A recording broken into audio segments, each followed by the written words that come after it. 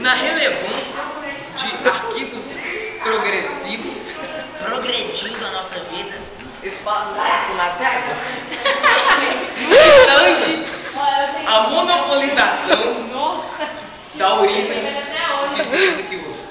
Aqui, nosso amigo Felipe. Por quê?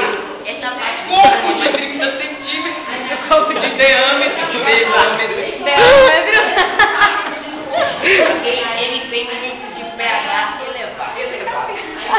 Com uma pequena perfuração no crânio do lado exterior direito. Nossa! Sim, aqui ele tem cacas lá.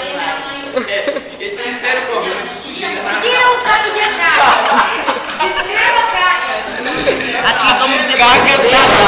Aqui vamos ter temos aqui nossa amiga Tatiane, com os comentários de Tatiane Grandão. Prossiga. Falando o quê? Vai ficar famoso, Peraí. Agora eu reclamo do Felipe. Voltamos com o nosso oferecimento Pipoca Explica. Não tá bom. Chulé milanesa. Chulé grelhado, 0% de gordura trans. Nossa bela assistente. Se eu quero garola, Dá um beijinho, dá um beijinho. Adolescente. Tem que rir aqui, ó. Vem comigo.